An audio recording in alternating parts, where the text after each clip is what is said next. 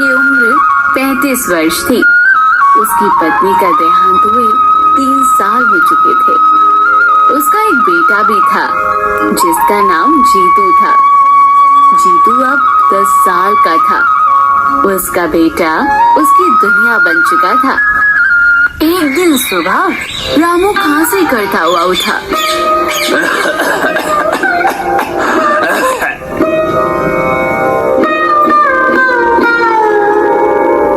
बाबा, आपको फिर से खांसी हो रही है। आप रोज ऐसे ही परेशान होते हो। चलो ना, आज मैं जंगल से लकड़ी ले आऊं, आप आराम कर लो। नहीं रे, तू अभी छोटा है बेटा। जंगल का रास्ता आसान नहीं होता। कांटे भी है, ढलान भी है और जानवरों का डर भी रहता है। मैं कर लूंगा, तू घर पर ही रह बेटा। बाबा, मैं छोटा तो हूँ पर आपके साथ रहकर सब सीख लूंगा। और जब बड़े जंगल में आप अकेले जाते हो तब मुझे भी चिंता होती है। बड़ा तो मैं भी आपके साथ ही होऊंगा ना बाबा। आज मुझे जाने दो, मैं संभाल लूंगा। रामू ये सुन मुस्कुराया और बोला, अच्छा, इतना बड़ा हो गया है तू, है? चल फिर आज मेरे साथ चल, लेकिन ध्यान रखना बेटा, पहले मेरे पीछे पीछे ही चलना और कोई भी जोखिम वाली चीज देखकर मुझसे पहले हाथ मत डालना बेटा। ठीक है बाबा, आज मैं पूरी सावधानी रखूंगा, बस आप धीरे चलना। जीतू 15 साल का हो गया। कंधे मजबूत, आंखों में चमक। जंगल में लकड़ियां काटते हुए वो अक्सर पिता से पूछता, बाबा, माँ कैसी थी? बहुत शांत, तुझ पर ही गई है। अगर होती तो आज बहुत खुश होती। क्या वो मुझे कभी गोद में खिलाती होगी बाबा? अरे हाँ बेटा, बहुत खिलाया तुझे। तू तो उनका लाडला था बेटा। तेरे रोने पर वो तुरंत भाग कर आ जाती थी। उसकी हंसी कैसी थी बाबा? ऐसी कि सुनते ही दिन का थकान उतर जाए। पूरे घर में उजाला भर जाता था बेटा उसकी हंसी से।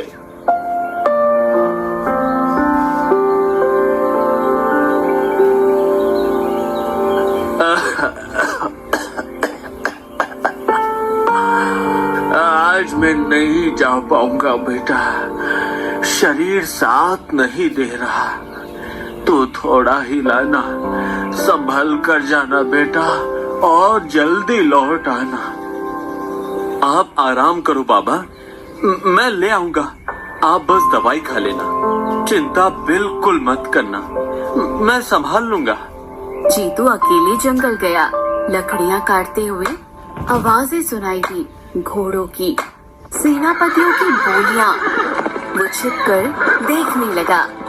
राज्य का राजा वीरेंद्र सिंह आया था और उसके साथ उसकी छोटी बेटी राजकुमारी कुमुद भी थी। वो 13 साल की थी। राजकुमारी फूल तोड़ रही थी। पिताजी, इस जंगल में कितनी प्यारी खुशबू है।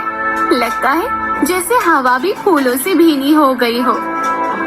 हाँ कुमुद बेटा, ये हमारा राज्य का सबसे पवित्र जंगल है। यहाँ मिट्टी और हवा दोनों में ही एक अलग ही सुगंध बसी है। जीतू पहली बार राजकुमारी को देख रहा था। वो स्तब्ध रह गया, जैसे समय रुक गया हो। ये कौन है? इतनी सुंदर, जैसे किसी कहानी से उतर कर आई हो। सच में मैंने आज तक ऐसा रूप कभी नहीं देखा। राजकुमारी ने अचानक उसकी तरफ देखा। जीतू डर गया और पेड़ों के पीछे छुप गया। राजा लौट आया, लेकिन राजकुमारी थोड़ी पीछे रह गई थी। वो अकेले पत्तों से खेल रही थी। जीतू पेड़ के पीछे से निकला। राजकुमारी थोड़ी घबराई और बोली, तुम कौन और यहाँ अचानक सामने कैसे आ गए? तुम्हें देखकर मैं थोड़ा घबरा गई। आप खो गई हैं क्या? मतलब आपका रास्ता छूट गया है क्या? मैं चाहूँ तो आपकी मदद कर सकता हूँ। मैं जीतू हूँ, लकड़हारे का बेटा। यहीं आसपास रहता हूँ और बस आपकी आवाज सुनी तो पूछने आ गया कि कहीं आपको कोई परेशानी तो नहीं। राजकुमारी ने मुस्कुराकर कहा, तुम डर क्यों नहीं रहे हो? मैंने खाया है क्या? इतनी घबराहट क्यों? मैं तो बस बात ही कर रही हूँ। मैंने आपको पहली बार देखा और इतना पास से देखा तो थोड़ा घबरा गया, पर सच कहूँ तो बहुत अच्छा लगा। सच में? लोगों से तो मैं रोज मिलती हूँ, पर तुम जैसे देख रहे हो ऐसा देखना मुझे थोड़ा अलग लगा। अलग? मतलब अच्छा या बुरा? क्योंकि मैं डर गया था कि कहीं मेरी वजह से आप नाराज न हो जाएं। नहीं, बिल्कुल नहीं, अच्छा लगा।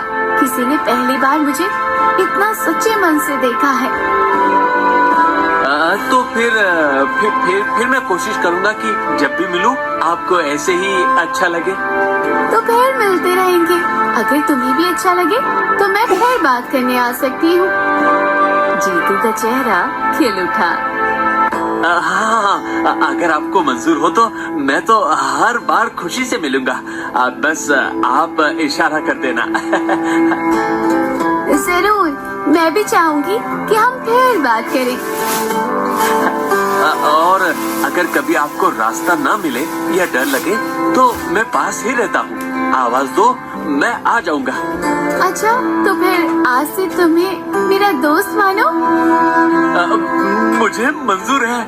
दोस्त होना मेरे लिए सम्मान है। और मेरे लिए भी।